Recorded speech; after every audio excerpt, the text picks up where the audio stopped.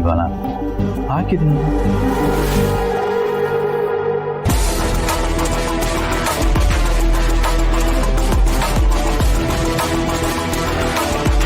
Light off ಮಾಡಿದ್ನಲ್ಲ, ಯಾಕೋ ಜಡಿ?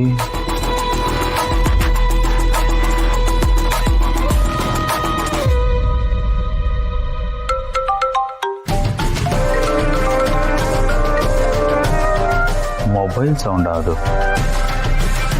ನಮ್ಮನೇಲಿ.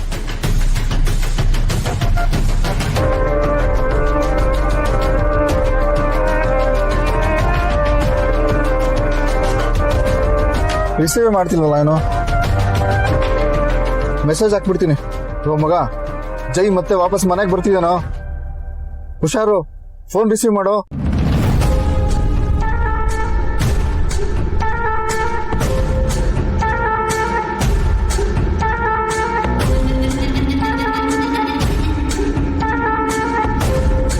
ರೂಮ್ ಲೈಟ್ಸ್ ಆಫ್ ಮಾಡಿಲ್ವಾ ನಾನು? ಸೌಂಡ್ ಬಂದಿದೆಯಲ್ಲಿಂದ.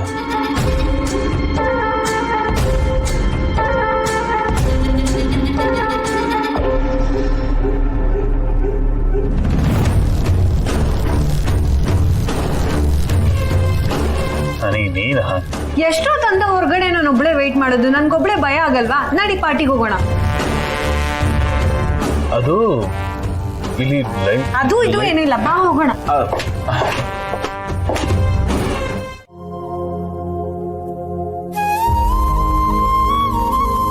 ಭಾವನವ್ರೆ, ಅವ್ರ ಹತ್ರ ಟ್ರೀಟ್ಮೆಂಟ್ ಬಗ್ಗೆ ಮಾತಾಡಿದ್ರ? ನಿನಗೂ ಈ ವಿಷಯ ಗೊತ್ತಾ?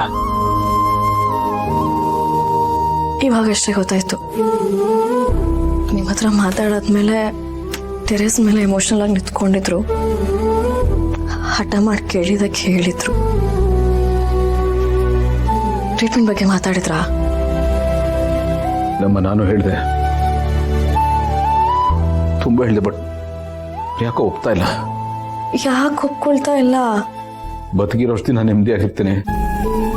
ಯಾವ ಟ್ರೀಟ್ಮೆಂಟು ಬೇಡ ಅಂತ ಇದ್ದಾರೆ. ನಾನು ಏನು ಮಾಡಬೇಕು ಅಂತ ಗೊತ್ತಾಗ್ತಾ ಇಲ್ಲ.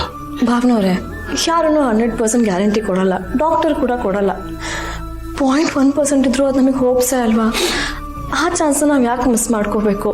ದಯವಿಟ್ಟು ಇನ್ನೊಂದ್ಸಲ ಟ್ರೀಟ್ಮೆಂಟ್ ಬಗ್ಗೆ ಮಾತಾಡಿ. ಆದರೆ ಈ ಥರ ಕೈಚಲ್ಲಿ ಕೂತ್ಕೊಳ್ಳೋದು ಮಾತ್ರ ಬೇಡ. ನನಗೂ ಗೊತ್ತಮ್ಮ, ನಾನು ಹೇಳಿದೆ, ಬಟ್ ಕೇಳ್ತಾ ಇಲ್ಲ.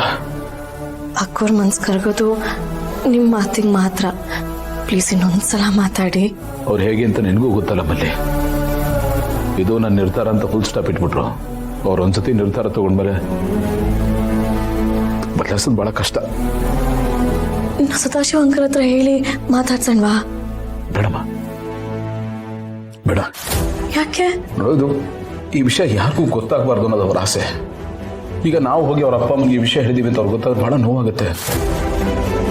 ಇಷ್ಟು ದಿವಸ ನಾವ್ಯಾರು ಸಂಕಟ ಪಡಬಾರ್ದು ಅಂತ ಅವ್ರು ತುಂಬಾನೇ ಕಷ್ಟ ಅನುಭವಿಸಿದ್ದಾರೆ.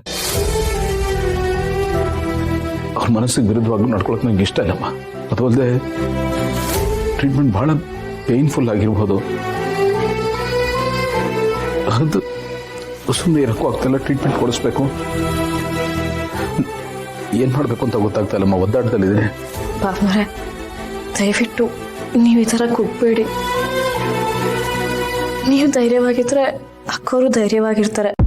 ಅವಾಗ ನಮ್ಗೆಲ್ಲನೂ ಧೈರ್ಯನೇ. ಆದರೆ ಯಾವುದೇ ಕಾರಣಕ್ಕೂ ಕೈಚಲ್ಲಿ ಮಾತ್ರ ಕೂತ್ಕೊಳ್ಳೋದು ಬೇಡ. ನೀವು ಇನ್ನೊಂದ್ಸಲ ಮಾತಾಡಿ ಟ್ರೀಟ್ಮೆಂಟಿಗೆ ಒಪ್ಪಿಸಿ ಪ್ಲೀಸ್.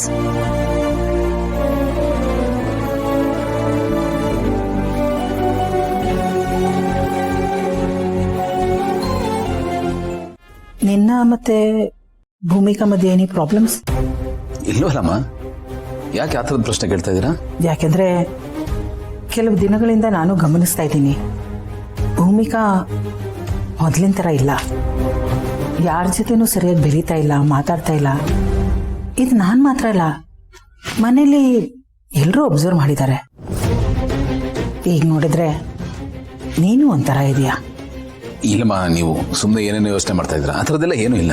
ಹಾಗಿದ್ರೆ ಅವಳಿಗೆ ಸ್ಕೂಲ್ ತುಂಬ ಇಷ್ಟ ಅಂತ ತಾನೇ ನೀನು ಅದೆಲ್ಲ ಮಾಡಿಕೊಟ್ಟಿದ್ದು. ಅದರ ಜವಾಬ್ದಾರಿ ಬೇರೆಯವ್ರಿಗೆ ಯಾಕೆ ವಹಿಸ್ಕೊಟ್ಲು? ಅಮ್ಮ ನಾನು ಅದನ್ನೇ ಕೇಳಿದೆ.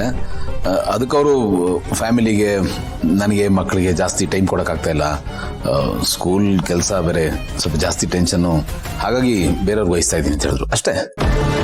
ಅಷ್ಟೇ ಅಂತ ನೀನು ಬಾಯಲ್ಲಿ ಹೇಳ್ತಾ ಇದೆಯಾ, ಆದರೆ ನಿನ್ನ ಮುಖ ಬೇರೆನೇ ಹೇಳ್ತಾ ಇದೆ. ಆ ಥರದ್ದೆಲ್ಲ ಏನೂ ಇಲ್ಲಮ್ಮ, ನೀವು ಸುಮ್ಮನೆ ಏನೇನೋ ಯೋಚನೆ ಮಾಡಿ ಟೆನ್ಷನ್ ಮಾಡ್ಕೊಬಿಡಿ.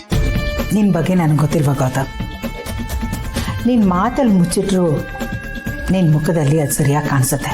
ಮೊದಲೆಲ್ಲ ಏನೇ ಸಣ್ಣ ಪ್ರಾಬ್ಲಮ್ ಆದರೂ ಅಮ್ಮ ಅಮ್ಮ ಅಂತ ನೀನು ನನ್ನ ಹತ್ರ ಬಂದು ಹೇಳ್ತಾ ಇದ್ದೆ. ಆದರೆ ಇತ್ತೀಚೆಗೆ ಏನೂ ಹೇಳ್ತಿಲ್ಲ, ಅದೇ ನನಗೆ ಟೆನ್ಷನ್. ಇಲ್ಲಮ್ಮ, ಹೇಳಿದ್ನಲ್ಲ ಆ ಥರದ್ದೆಲ್ಲ ಏನೂ ಇಲ್ಲ ಅಂತ. ಅದು ನನಗೂ ಸ್ವಲ್ಪ ಕೆಲಸದ ಟೆನ್ಷನ್ನು, ಅದಕ್ಕೆ ಕಾಣಿಸ್ತಾ ಇದ್ದೀನಿ ಅಷ್ಟೇ. ಅಷ್ಟೇ ಆದರೆ ನನಗೂ ಖುಷಿ. ಹೋಗಿ ಮಲ್ಕೊ. ಹಾಂ, ಗುಡ್ ನೈಟ್.